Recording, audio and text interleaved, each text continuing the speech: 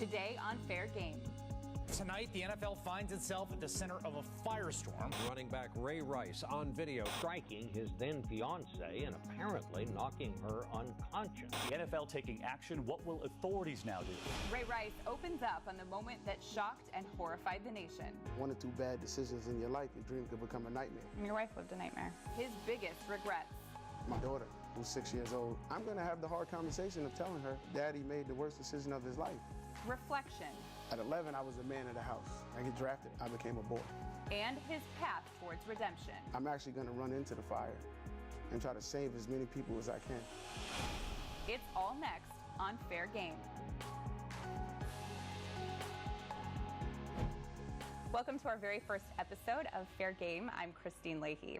On this show, I'm really looking forward to having real conversations. And when we first discussed the concept for this show, I knew right away who I wanted my first guest to be. Unfortunately, the topic of domestic violence in sports is something that comes up far too often, and it's a subject that I've been extremely vocal about in the past. I wanted the opportunity to sit down with Ray Rice and have what I hope will be an enlightening conversation.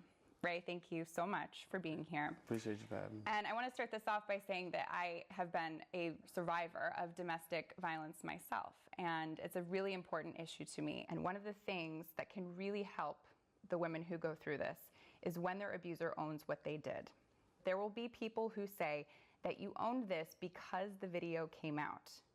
Had that video not surfaced, would you have owned up to it? Owning it makes you go back and reflect on a lot of things. I think when you think of owning something, that means take full responsibility. So video or no video, I think that once I got past the point of saying, oh, do I want to play football again, or taking care of the things that are real, owning it really made me go back and reflect on my whole life. And that was something that, meant a lot to me. It wasn't, football. It wasn't to get back on the field, and that was no, plot or ploy for me to get back and start playing football again, even though that was probably too big of a, game in my life. Real life situations are, your family, the things that mean the most to me. So, yes, taking full responsibility, had nothing to do with the video. It had everything to do with, wanting to make progress in my own life. And you still say that prior to that incident and after, you've never laid a hand on her? Oh, never. It's not a question in my mind. When you learn about domestic violence, you learn about a lot of things, and I would never call myself an expert, but I do know that the forms of abuse that can be shown in a relationship are, financial abuse, just because someone else is making more money than the other, and, belittling their spouse. That's not okay. I do know about the emotional side of abuse. It's big. And there's also obviously the verbal abuse, so when you sit back and you start to understand these things and understand the different layers of them, obviously the biggest no-no is putting your hands on a woman. But if you're checking off the box and you've done the other things, they're just as bad, because of the overall effect it can have on just having a healthy relationship, because eventually it'll spiral out of control. My heart went out to Janae when the video became public, and I know the TMZs of the world wanted to see it. The most humiliating, horrific part of her life was now available for public consumption. Yeah. For you, watching her go through that, what was that like? I've known her since high school. We have a long-standing history of being friends, and I had let her down. Yeah. I let my best friend down. And, when you think of marriage and you think of things like that, when you really put in perspective, you let your best friend down, it's not a good feeling. And it really, took a turning point in my own life. A lot of women make excuses for the men who hurt them. And in the press conference right after everything happened, Janae apologized to you for the role that she played in the incident. Yeah. Did that sit well with you? No, it didn't sit well with me. I think we spoke too soon. And had we known better, we probably wouldn't have said anything in that moment. That was a moment where football mattered more than the situation. And that was totally wrong. And you regret that? I regret not owning it in that moment. But to be clear, I did not put her up to do that. Yeah. And without making the situation worse than it already was. I think what we know and what I know about the horrors of domestic violence, I would never have ever wanted my wife to be up there with me in that moment. You know, it should have been me. I'd rather been the one to take it on my shoulders throughout this whole time, you know, than to put her in the spotlight. You don't want to be prepared for that moment. What you want to do for me as a man is own it, but I'm day to day trying to understand these things, you know, looking at my own daughter who's 6 years old, who I'm going to have the hard conversation of telling her, you know, Daddy made the worst decision of his life. Yeah, but here's what I did, but here's what I'm doing now. And I'm walking, you know, that path every day. Unless you've experienced domestic violence, a lot of people have a hard time understanding why the woman continues to go back to the man who abused her. A lot of people criticize Janae, and some even called her weak. But I look at her, and I've seen videos of her doing interviews, and she does not strike me as a weak person at all. She strikes me as a very strong person. Is that true? She really holds the key to the whole operation. I think as a husband, I mean, I really don't like speaking for her, but I think in this time, you know what, the unique thing is we've known each other since high school. We've known things. I've known things about her, but I also seen her do things for me, which is called sacrifice. What has she sacrificed? Everything. For my career, everything. You know, she's always put my career and the things I had going on before her own self. The unique part in life now is that I can actually say I'm doing the same for her. And she has her own business going on. She's starting her own kids' clothing boutique. I like that. And she's into fashion, and it's a beautiful thing when, you know, she get to ask me, you know, can you come put together a desk in my office? And you do that for her. And I do it, you know, and it feels good when you do it because you know you're doing it for the right reasons. I'm not doing it because it's going to earn me an extra night out or anything. It's really fascinating to understand what sacrifice is when you really have to do it. That night might have been isolated, but like you said, it doesn't come out of nowhere. There's something underlying that came up. At what point did you decide that you wanted to go to therapy? Well, after everything happened, you start to realize you just created a pattern of decision making in your own life that become toxic, and you don't realize it until something bad happens. You know, without making any excuses, growing up in bad neighborhoods, so things would happen even in my childhood. My dad was shot and killed before I was even one. You know, I started paying bills when I was 11 years old. You know, so growing up through high school, you know, I seen my mom in toxic relationships. I'm the oldest of 4. At 11, I was the man of the house. It's funny, I get drafted at 21, I became a boy. That's interesting. You know, and I reversed the cycle, because at 11, people considered me mature. But at 21, get to the NFL, I can buy, do everything I want. You know, I'm taking care of everyone around me. But it's funny how, when you go back on these things, I took care of everybody else around me, but never took care of myself. Not the cars, not the, you know, games, not the tickets. I'm talking about, like, what I should have done during that time was ask for help. Coming up. I was running from myself. I was on a toxic path of not dealing with things. How much of the blame falls on the NFL for seeming to turn a blind eye to this kind of behavior? That's next.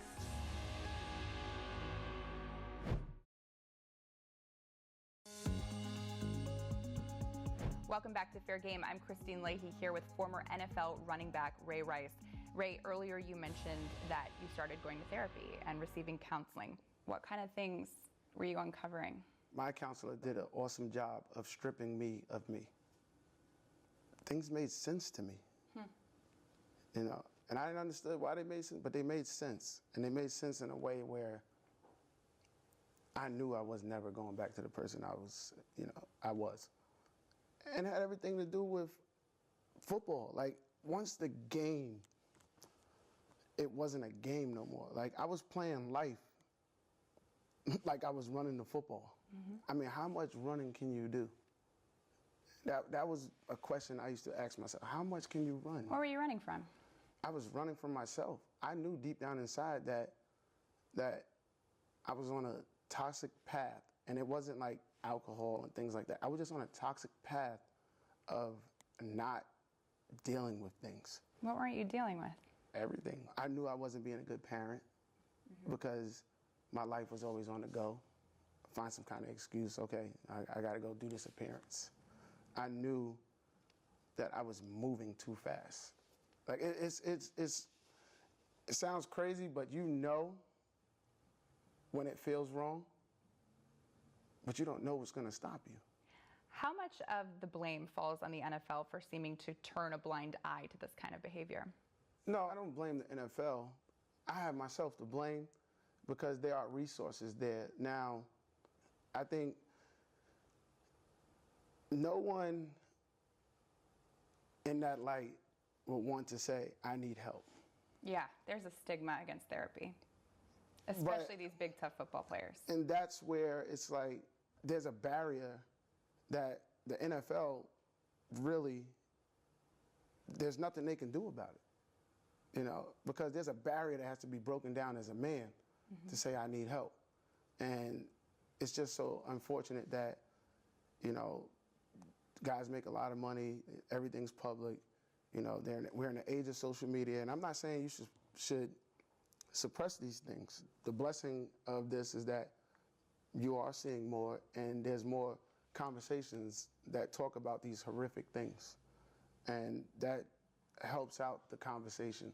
And you will get more people like me to say, you know what, I really want to go check myself out. On that subject, and I want to bring this full circle, is something that makes me sick, is you see so many guys not owning what they did because they have to keep up this persona or keep their job. You owned it, whether you had to or you didn't. How does that make you feel to see some of these other guys and their careers continue to flourish? It's a case-by-case deal, and I think that personally, if I focused on the guys that got what they call their second chance, I would be in a bad place, because then I would be comparing myself. And I think, to me, there's no comparison when you talk about domestic violence. When you talk about any form of violence, there's really no comparison. Two wrongs don't make it right. And so when I look at these guys getting their second chance, I'm not wishing bad on them, but what I'm saying is my situation was obviously different. I had the first video, you know, so rules, everything changed after me. I'm man enough to say that I'm the point guy. You're the face of it. I'm here. But with me being the face of it, I'm not going to run from it, because that was who I used to be. I'm actually going to run into the fire and try to save as many people as I can, you know, and that's the difference between, I think, me and them. Later, I have to teach my son, you can be the man for a moment, but you can be a man for a lifetime. I know if I can't do anything else, I'm going to be my wife and my kid's hero. that's coming up.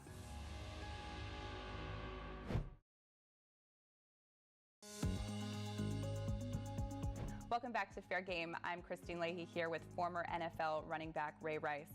And Ray, you're currently helping coach at your alma mater. I'm sure there's lots of questions that come up. Can you kind of see in certain kids if maybe they're going down the same path or a similar path that you did? Yeah. Can you try to help them out? Yeah, I mean, the kids that I see, I think the biggest thing I'm getting out of them is that, first and foremost, they're not alone. The biggest thing I tell them is, you're not alone. Don't be afraid to ask for help. I don't care if it's a T-shirt. I don't care if it's you need cleats. But there's got to come something after those cleats and that T-shirt. We need to start hammering down the things that mean the most. And I'm able to get a good result out of that, you know, and I feel good about it because these kids, you know, I see it on the football field, but I also see it in their progress reports. Imagine, I'm the guy checking their progress reports, so if you get caught cutting the class or something, the head coach ain't gonna deal, they have to deal with me. Are they old enough to know about your history? They know everything. Do they ask you about it? The good part, they do, but they didn't have to. Because there are situations where if I see them doing one thing, I go back to a situation in my life that I want them to, I want to make all my wrongs right through them. So if something happens, I'm organically always talking. Now, I tell them how much I missed the game.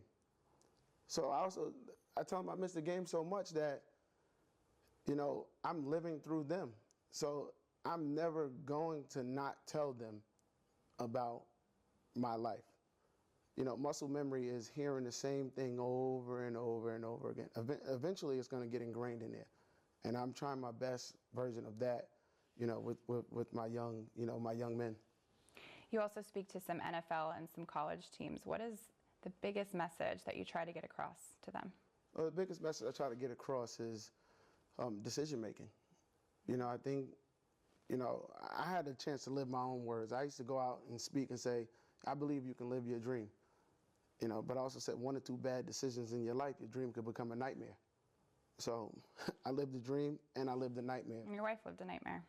And that's the reality of it when you talk about relationships. And I said, you know, when I talk about the relationship part of it, because, you know, a lot of people might bring me in to speak about domestic violence, but I always tell them that, you know, what I learned about it, what I learned in the key facts. And, you know, the one thing I did tell them is the power of respect. I said, that word gets tossed around, but what does it mean when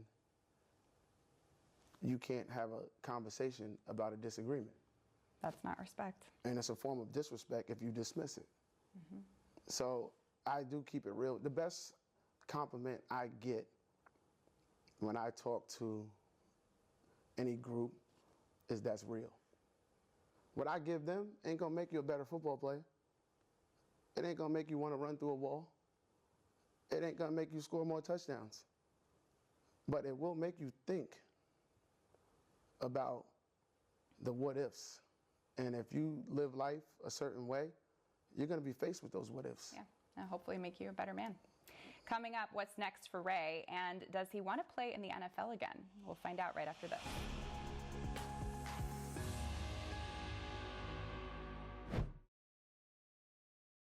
Doc dishes the dirt from trading his son Austin It's the hardest call I've ever had to make, for sure. to the loss he still hasn't gotten over. That broke my heart, too. Still does. Really? Yeah, that you don't get over that.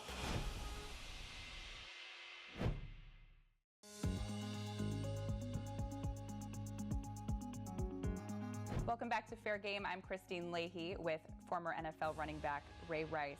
What about your former teammates or people from the organization? Do you still talk to any of them? Yes, you know what? I mean, I look back and reflect on a lot of things. And the fans of Baltimore are awesome. You know, the one thing I do miss is the interaction with the people. And obviously the organization, you know, I take full responsibility for my actions. I blame nothing on the organization. You know, things happen and, you know, obviously they had to make a decision, you know, and in my heart of hearts, to me, it wouldn't be about playing. Ray Rice scoring another touchdown for the city of Baltimore, you know, that would have been great. But Ray Rice helping save more lives in Baltimore will be a lot more different, impactful, powerful than me scoring, you know, fantasy points. Fantasy points is what it is. It's fantasy. And I think that real life, you know, helping people out and continue to try to make a difference without the camera in your face, because a lot of things I do, you know, aren't being publicized, but you know what? I think that's when the real work gets done. When you look at yourself in the mirror, describe the man that you see looking back at you. The man I see now is a man that's not afraid. I'm not insecure, you know, and I see someone now that I'm willing to climb the mountains and go over them rather than get stagnated right in the middle. I was never comfortable at the top because I always knew once you get to the top, there was always a hard fall. And I have a 6-year-old daughter and a 2-year-old son. You know, for the lack of a man in my life, what I did was I went places to try to be the man, you know. So I have to teach my son, you know, you can be the man for a moment, but you can be a man for a lifetime. Mm-hmm. Let's start making these decisions early. But I also have to take my daughter out on dates and learn to open the door for her. Pull a chair up underneath, you know, make sure that... Those are things you weren't taught as a kid. Those are things I've never seen until it was brought to my attention that, are you doing these things? So I think when you have those two loving creatures at home that they didn't ask to be here, you have to make a decision on what do you want it to look like for them. And no matter how the world sees me, my kids are going to see me as not only their dad, but someone that I need to be their hero. I know if I can't do anything else, I'm going to be my wife and my kids' hero. And that's going to be special enough for me. Well, Ray, I appreciate you sharing everything with us. And I appreciate you having me. I'm really glad to hear that you and Janae are doing well. Thank you. I appreciate it. Thank you. Thanks for watching. We'll see you next time on Fair Game.